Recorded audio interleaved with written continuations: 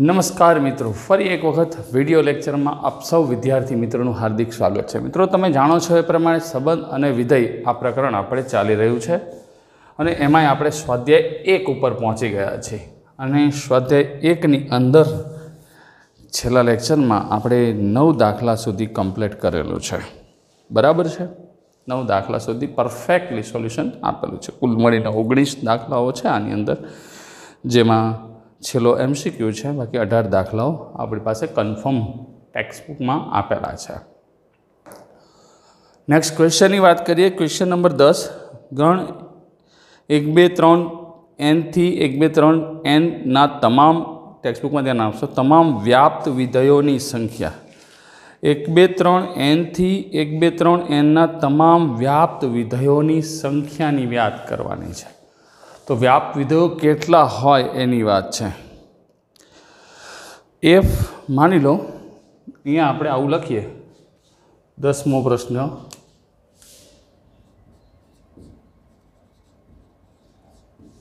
ए बराबर 1, 2, 3 थी n आम छे। बराबर, एटले गण ए में 1 थी n घटको छे अने अहींया आपणे टोटल जेटला व्याप्त विधेयो बनता होय ए बधा व्याप्त विधेयों की बात करवानी है। एफ ए थी ए व्याप्त विधेय होय तेवा एफ नी रचना करवानी है। एन थी एन कीधुं छे ने आपणे एफ ए थी ए व्याप्त विधेय होय तेवा एफ नी रचना करवी है। बराबर, ए व्याप्त विधेय होय एवा एफ ए थी ए एटला विधेय बने, व्याप्त विधेयों की संख्या गोतवी है, जेटला व्याप्त विधेय बने एनी रचना करवानी है। तो व्याप्त विधेय एटले शुं पहेला आपणा मगज में क्लियर होवुं जोईए। तो विस्तार अने सहप्रदेश समान थाय, ए सिवाय सहप्रदेशनो कोई घटक लई अने संगत प्रदेशनो कोई घटक मळे के जेथी f ऑफ x बराबर y थाय तो पण f व्याप्त विधेय थशे। अहीं प्रदेश अने सहप्रदेशनी सभ्योनी संख्या समान अने विधेयनी व्याख्या प्रमाणे प्रदेशना दरेक सभ्यने एक ज प्रतिबिंब होय तो ज व्याप्त थाय। मैं तमने हमणां ज वात करी, लखवानी जरूर नथी। ए सिवाय प्रदेश अने सहप्रदेशना सभ्योनी संख्या केवी होय? समान। प्रदेश अने सहप्रदेश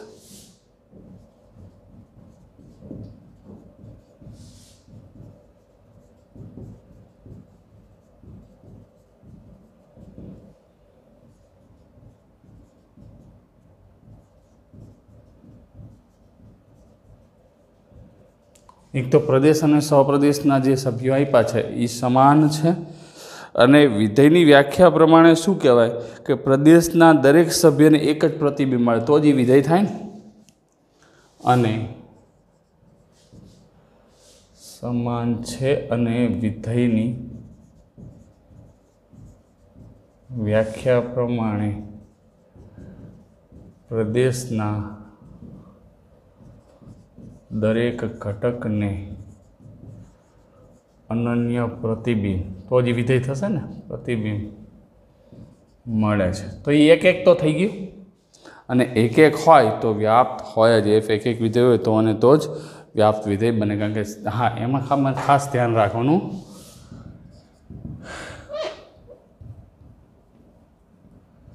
एफ ए थी ए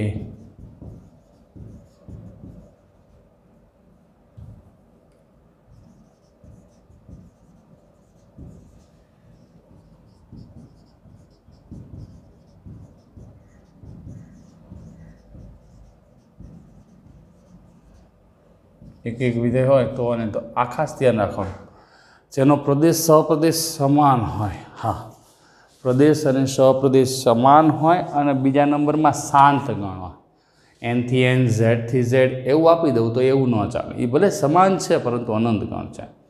एवुं कोई पण विधेय होय जे एक एक होय तो ए तो अने तो जी व्याप्त थतुं ज होय ए वस्तु मगजमां राखशो। एटले एफ ए थी ए ना एक एक विधेयोनी संख्या जे थशे ए ज विधेय व्याप्त विधेयोनी संख्या थशे। माटे एफ ए थी ए ના એક એક વિધેયોની સંખ્યા આમ જુઓ ને તો જો આ 1 2 3 up to n 1 2 3 up to n તો આ એકને સાંકળવાના કુલ પ્રકાર કેટલા n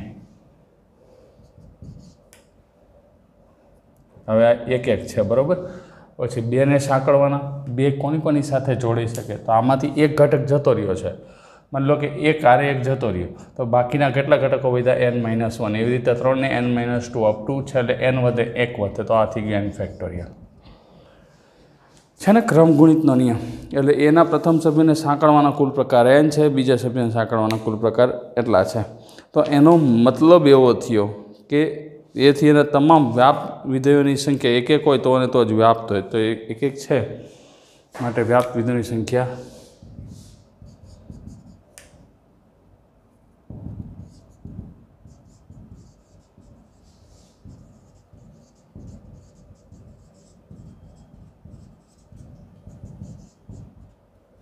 n ફેક્ટોરિયલ 11મા પ્રશ્નની વાત કરીએ જો ટેક્સ્ટ બુકની અંદર સુંદર મજાનો પ્રશ્ન તમને આપ્યો છે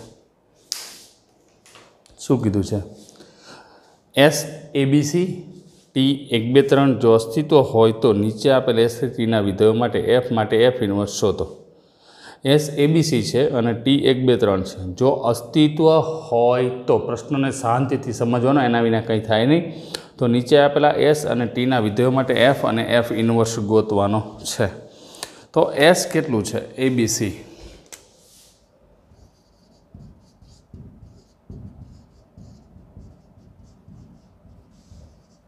તથા ટી કેટલું છે તો કે 1 2 ને 3 એસ એબીસી છે અને ટી 1 2 3 છે એફ એસ થી ટી એફ બરાબર આપણને રકમમાં જ વ્યાખ્યાયિત કરીને આપ્યું છે એફ એસ થી ટી એફ બરાબર જો રકમમાં 3 આપણને ઘટકો આપ્યા છે A3 B2 અને C1 A3 B2 અને C1 બરાબર આવી રીતે આપણને વ્યાખ્યાયિત કરીને જ આપ્યું છે એમાં કોઈ ચિંતા નથી આનો મતલબ શું થયો તો કે એ ને એફ વિધેય લગાડવું એટલે જવાબ 3 આવે છે આમ થયો ને આ પ્રદેશનો ઘટક થયો એનું પ્રતિબિંબ થયું એફ ઓફ એ બરાબર 3 એફ ઓફ બી બરાબર 2 અને એફ ઓફ સી બરાબર 1 આ ક્લિયર વસ્તુ છે બરાબર એબીસી છે હવે એસના અલગ અલગ સભ્યોના પ્રતિબિંબ અલગ અલગ છે જો એસમાં પણ છે ક્લિયર જ છે એસ શું છે A2 B1 અને C1 અલગ અલગ સભ્યોના પ્રતિબિંબ અલગ અલગ છે માટે અહીંયા જુઓ છો પેલા એફની જ વાત કરીએ માટે એફના અલગ અલગ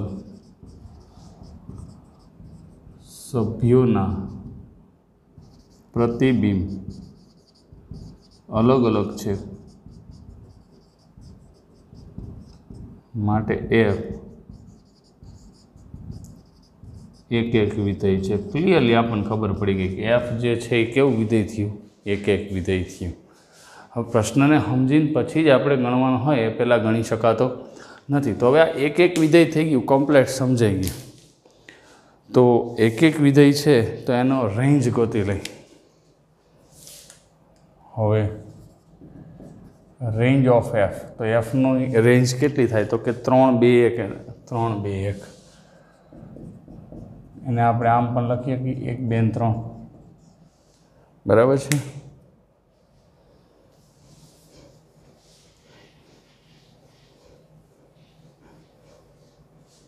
તો એનો મતલબ 1 2 3 શું છે એનો સહપ્રદેશ છે ટી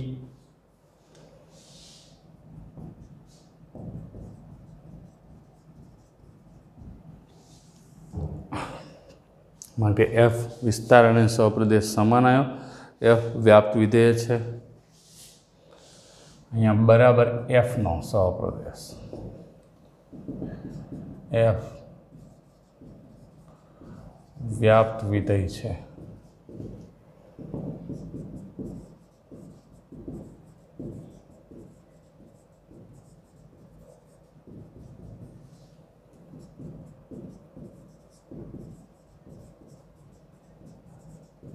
એફ ઇન્વર્સનું અસ્તિત્વ છે. એફ એક અને વ્યાપ્ત હોય એફ ઇન્વર્સનું અસ્તિત્વ છે. હવે એફના પ્રતિવિધેયનું અસ્તિત્વ છે એનો મતલબ શું થયો? માટે એફ ઇન્વર્સ આમ થાય ને, પ્રદેશ સહપ્રદેશ ઉલટાઈ જાય. ટી થી S F inverse Y of X બરાબર X Y belongs to F. તો માટે એફ ઇન્વર્સનું સૂત્ર બનાવવું તો આપણે બનાવીએ છીએ. એક્સિયમ વાય આમ ઉલટાઈ નાખવાના. 3a 2b અને 1c. બરાબર. આ ઉલટાઈ ગયા એટલે આપણું કામકાજ કમ્પ્લીટલી ગોઠવાઈ ગયું છે. હજી આમાં આપણને બીજું કીધું છે જો. બરાબર છે. 11મો પ્રશ્ન, એફ માટે એફ ઇન્વર્સ શોધો. બીજો એફ આપ્યો છે A2 B1 અને C1. A2 B1 અને C1 બીજો જે છે એની અંદર આવો છે એફ જ છે. આ પહેલો છે, આ બીજો છે.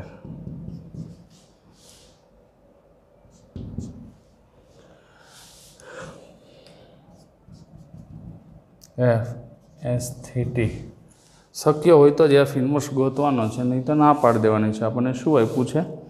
એફ બરાબર A2 B1 અને C1. A2 B1 અને C1.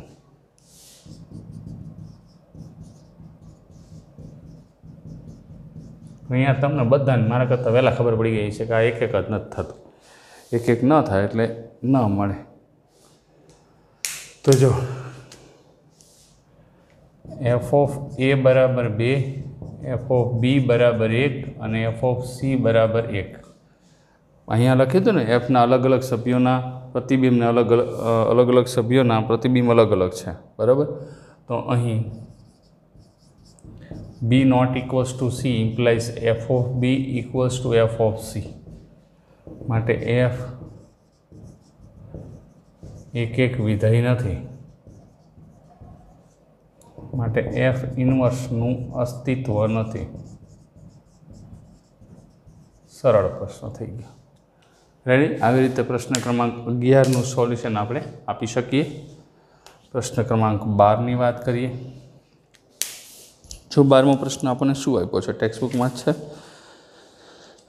A સ્ટાર બી બરાબર માનાંકમાં AB અને AOB બરાબર A એવી AB બિલોંગ્સ ટુ R દ્વારા વ્યાખ્યાયિત દીકરો સ્ટાર R ક્રોસ R અને O R ક્રોસ R લો. સાબિત કરો કે સ્ટાર સમક્રમી છે પરંતુ જૂથના નિયમને અનુસરતું નથી. ઓ જૂથના નિયમને અનુસરે છે પરંતુ વધુમાં બતાવો કે every ABC belongs to R માટે A સ્ટાર BOC બરાબર A સ્ટાર O. બહુ મોટો બધો દાખલો છે. A star B O A star C. જો આ સત્ય હોય તો આપણે દીકરીયા સ્ટારનું દીકરીયા O પર વિભાજન થાય છે તેમ કહીશું. શું દીકરીયા Oનું દીકરીયા સ્ટાર પર વિભાજન થશે? તમારા જવાબની યથાર્થતા ચકાસો. પ્રશ્ન જ આખો પેરેગ્રાફવાળો છે. તો ગમે તે પ્રશ્ન હોય આપણે સોલ્વ તો કરવો જ પડશે. ફરી વખત પ્રશ્નને સમજીએ તો તમને સ્ટાર જે છે એ શું આપ્યું છે? ધીમે ધીમે સોલ્વ કરીએ. સ્ટાર બી બરાબર A માનાંકમાં બી અને AO બી બરાબર A. જો હવે સ્ટાર R ક્રોસ R થી R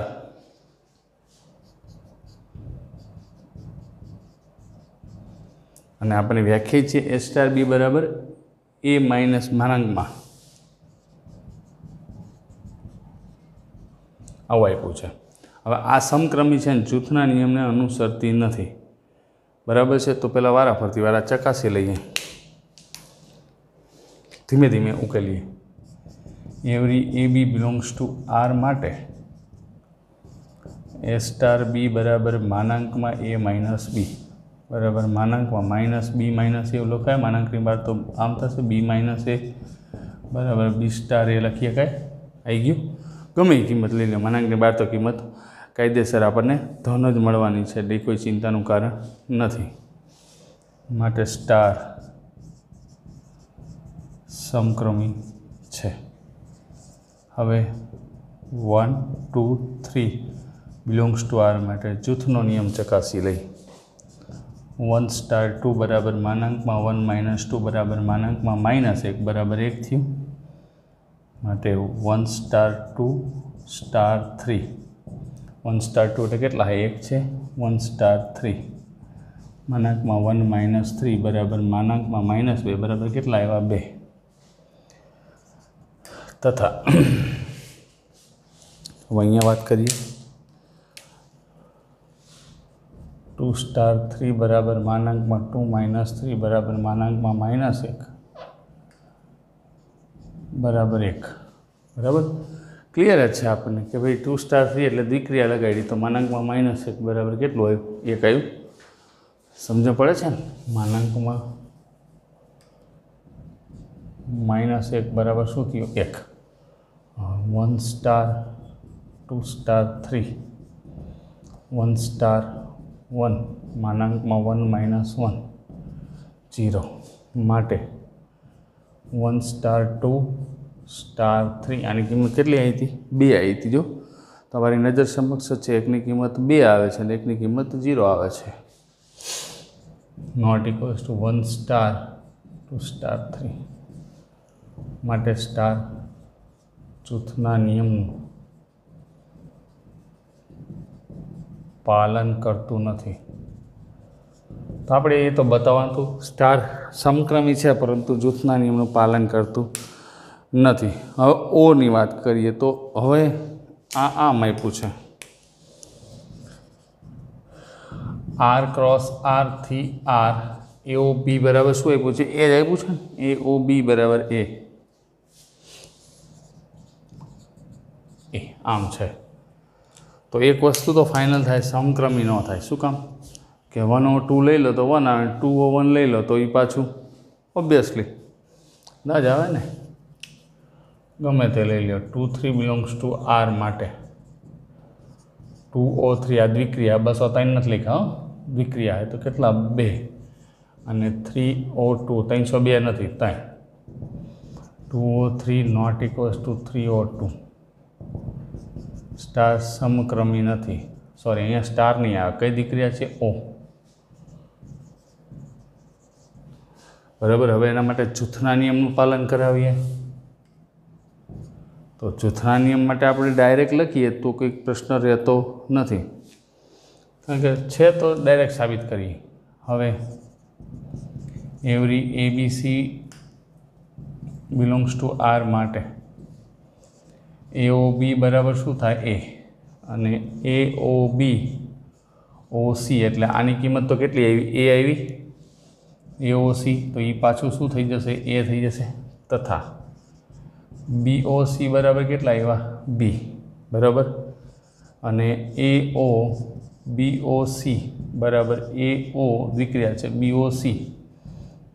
BOCની કિંમત કેટલી છે બી છે ને બી બરાબર એ માટે AOBOC બરાબર AOBOC થાય એનો મતલબ ઓ જે છે એ સમક્રમી નથી પરંતુ જૂથના નિયમનું પાલન કરે છે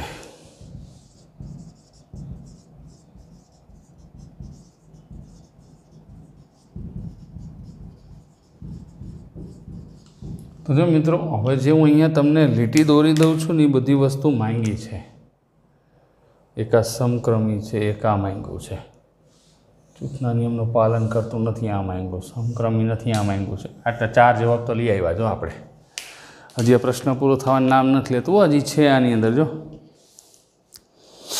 હવે શું કીધું છે આપણને બરાબર છે વધુમાં બતાવો કે બધું વધુમાં જ બતાવ્યું છે આપણે ABC બિલોંગ્સ ટુ આર માટે A સ્ટાર BOC બરાબર A star BO A star C આવું બતાવવાનું છે અને પછી પાછું એવું ચેક કરવાનું છે જો આ સત્ય હોય તો આપણે દ્વિક્રિયા સ્ટારનું દ્વિક્રિયા ઓ પર વિભાજન થઈ શકે પણ ઊંધું પણ થઈ શકે તો જોઈ લઈએ એમાં કોઈ પ્રશ્ન નથી ABC બિલોંગ્સ ટુ આર માટે હવે every ABC belongs to R માટે તો સૌથી પહેલાં શું કીધું છે A સ્ટાર BOC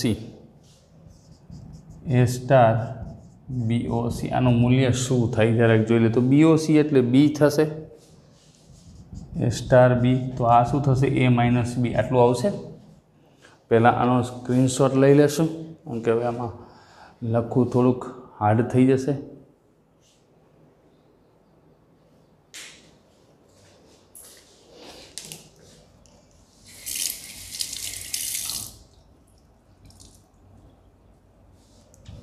જેટલું પરફેક્ટ સમજાય ને એટલો જ તમને મજા આવે દાખલા ગણવાની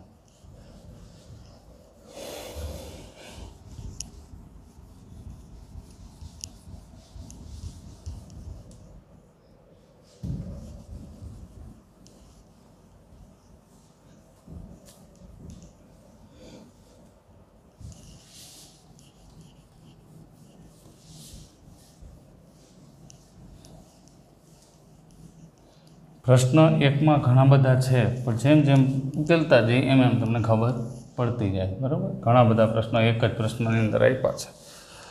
तो ये तो आप एनो गुणधर्म कहेवाय। आपणो गुणधर्म शुं थाय के आपणे उकेलवाना थाय। हवे अहींया आपणे विभाजनना नियमनुं पालन करे छे के नहीं एवी वातनी चर्चा करवानी छे। तो ये सीधे सीधी तो नहीं थाय। जो समझो हवे तो एटली वस्तु फाइनल थी ए स्टार BOC। हवे ओलू विचारीए A star BO A star C आम है ने A star BO A star C बे हरखा आवे है कि नहीं पहले ये चेक करवू पड़े। ए स्टार BOC बराबर तो आपने आવું મળ્યું। હવે આને ચકાસી લઈએ તો આ શું થશે? आ मानांकમાં A minus B O मानांकમાં A minus C આવું થયું। तो आमां बे घटक होय पहलो घटक आवे A माइनस B आई गयो छे। तो बंने समान आव्या तो एनो मतलब एवो थशे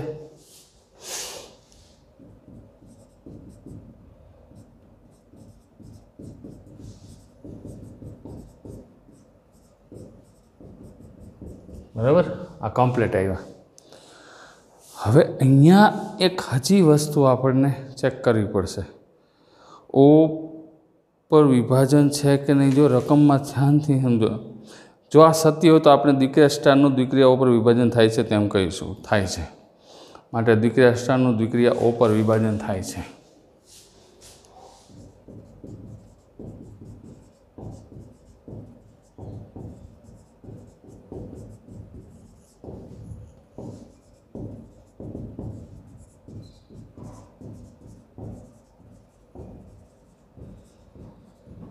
बराबर।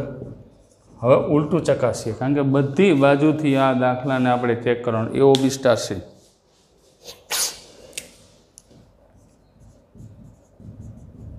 तो B स्टार C एटले तो शुं है B माइनस C थशे ने मानांक आम थाय ने मानांक में B माइनस C। तो B माइनस C भले थाय सॉरी अहींया स्टार नथी O छे तो O माटे शुं छे पहलो घटक लेवानो A AOB स्टार AOC। तो AOB एटले A स्टार A तो A माइनस A तो आ शुं थयुं 0 बे हरखा आव्या समान नथी आव्या। तो एनो मतलब आपणे क्लियर करी सकीए क्लियर कही सकीए।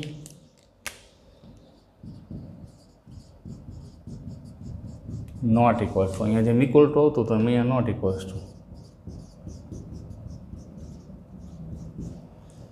माटे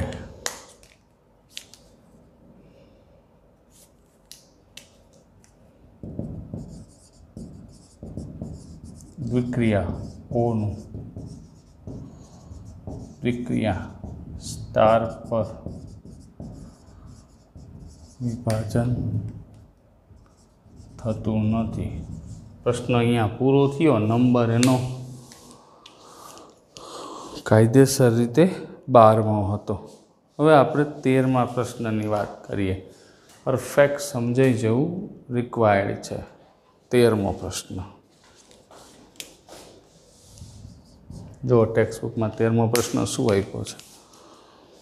13मा प्रश्ननी अंदर आपणे आ रीतनी वात छे। एक्स ए आपेल अरिक्त गण छे। आमां मोटो मोटो प्रश्न छे।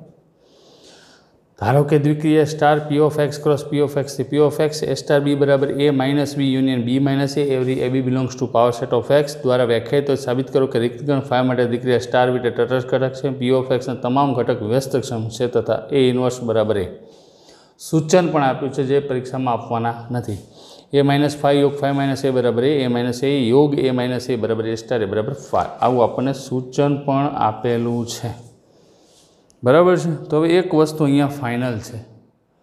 द्विक्रिया माटे आपणे तटस्थ घटक गोतवानो छे अने तटस्थ घटकनी साथे साथे आनी क्लियरिटी पण आपणे एने आपवानी छे कि भाई आनो आ रीते ज गोठववानुं थशे। जो फरीथी रकमने समझो।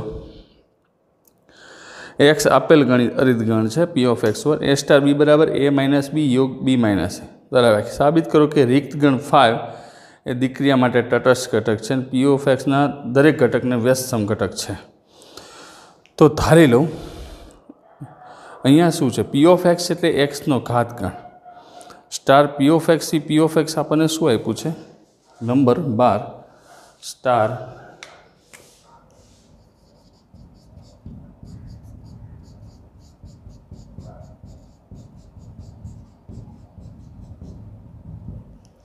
પી ઓફ એક્સ એટલે એક્સનો ઘાતગણ. એ કાંઈ લખવાની જરૂર નથી. વ્યાખ્યાયિત કેવી રીતે છે? એ સ્ટાર બી બરાબર એ માઇનસ બી યોગ બી માઇનસ એ ગણો જ છે. એ સ્ટાર બી બરાબર એ માઇનસ બી યોગ બી માઇનસ એ. એના સૂચન એ આપ્યું છે. સૂચન પ્રમાણે દાખલાને તો આપણે ગણી જ શકીએ છીએ, પણ આપણે આપણી રીતે ગણશું. હવે ધારો કે હું શું કરું છું કે કોઈ એક એ બિલોંગ્સ ટુ 5 એ સ્ટાર 5 ને 5 સ્ટાર એ લઈ લઉં તો કહીએ કાંઈ તટસ્થ ઘટક છે કે આ છે કે તે છે. તો જો એ બિલોંગ્સ ટુ અહીંયા આપણને ક્લિયર રકમની અંદર એવું કીધું છે કે 5 એક ગતિક્રિયા માટે તટસ્થ ઘટક છે, આપણને આપી દીધું છે. પણ આપી દીધું છે તો એનો મતલબ એવો ન કરીએ કે સીધું આપણે લઈએ કે એને લઉં તો કોઈ પ્રશ્ન નથી. દરેક A belongs to P of X માટે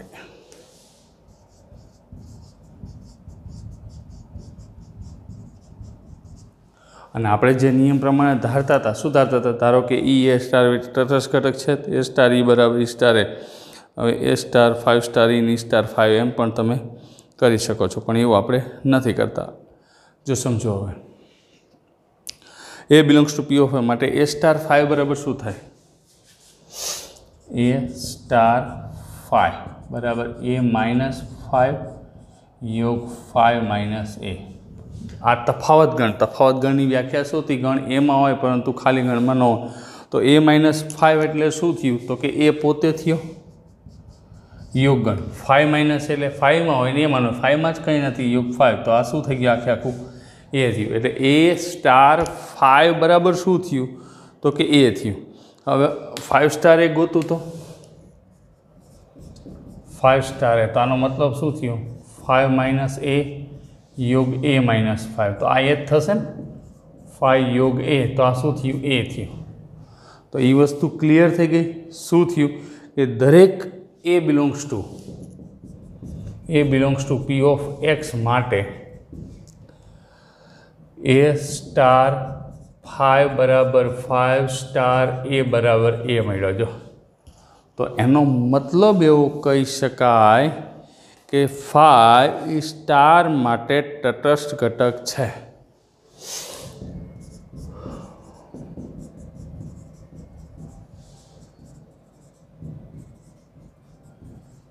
થઈ ગયું.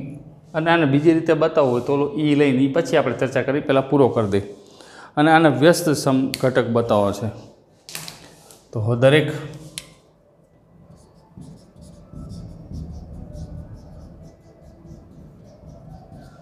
બરાબર દરેક A belongs to P of x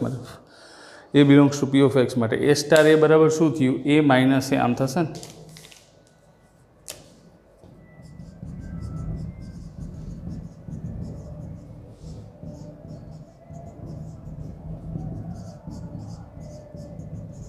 આવી ગયું.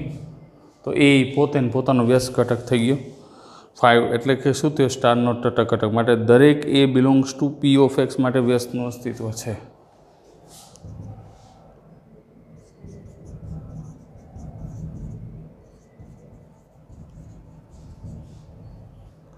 બરાબર.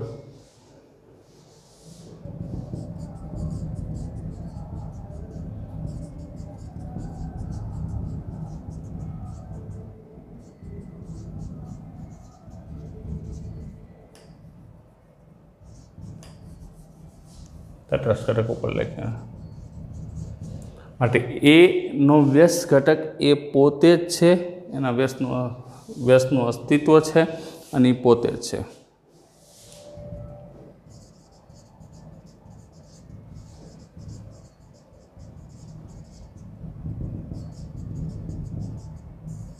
હવે આપણે બીજી જે વ્યાખ્યા લેતા હતા એ કઈ લેતા હતા? દાખલો પૂરો થઈ ગયો છે 13માં.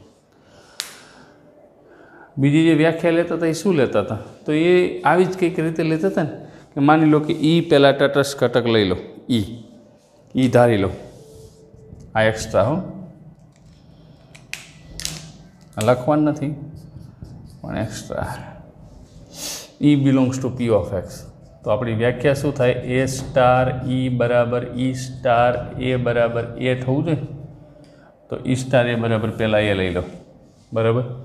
मान लो कि आपने सूचन नहीं आपतुं तो ए माइनस ई योग ई माइनस ए बराबर ए आम थाय ए माइनस ई योग ई माइनस ए बराबर आम थाय। तो एक वस्तु तो फाइनल ज छे तो आ शक्य क्यारे बने तो फाइव हो ई बराबर तो ज वस्तु बने ने वनना शक्य बनतुं नथी એટલે જે ત્યારે જ શક્ય બને જ્યારે ઈ બરાબર હોય। આવી રીતે પણ તમે દાખલાને ગણી શકો છો, પણ આ બહુ બેટર સરળ રીત છે। તો મિત્રો આનો પહેલાં સ્ક્રીનશોટ લઈ લ્યો, એ રીતે વ્યાસ ઘટકનું મળે। તો આજે આટલું જ રાખીએ। આગળના લેક્ચરમાં આનાથી આગળના પ્રશ્નો ગણશું અને શક્ય હશે તો નેક્સ્ટ લેક્ચરમાં લગભગ પ્રકરણ 1 પૂરું થઈ જશે। તો આજના બધા જ ક્વેશ્ચન 2 વખત હોમવર્કમાં કરશું। નેક્સ્ટ વિડીયોમાં મળીએ, ત્યાં સુધી stay home, stay safe, stay with relation and function. Have a nice day friends.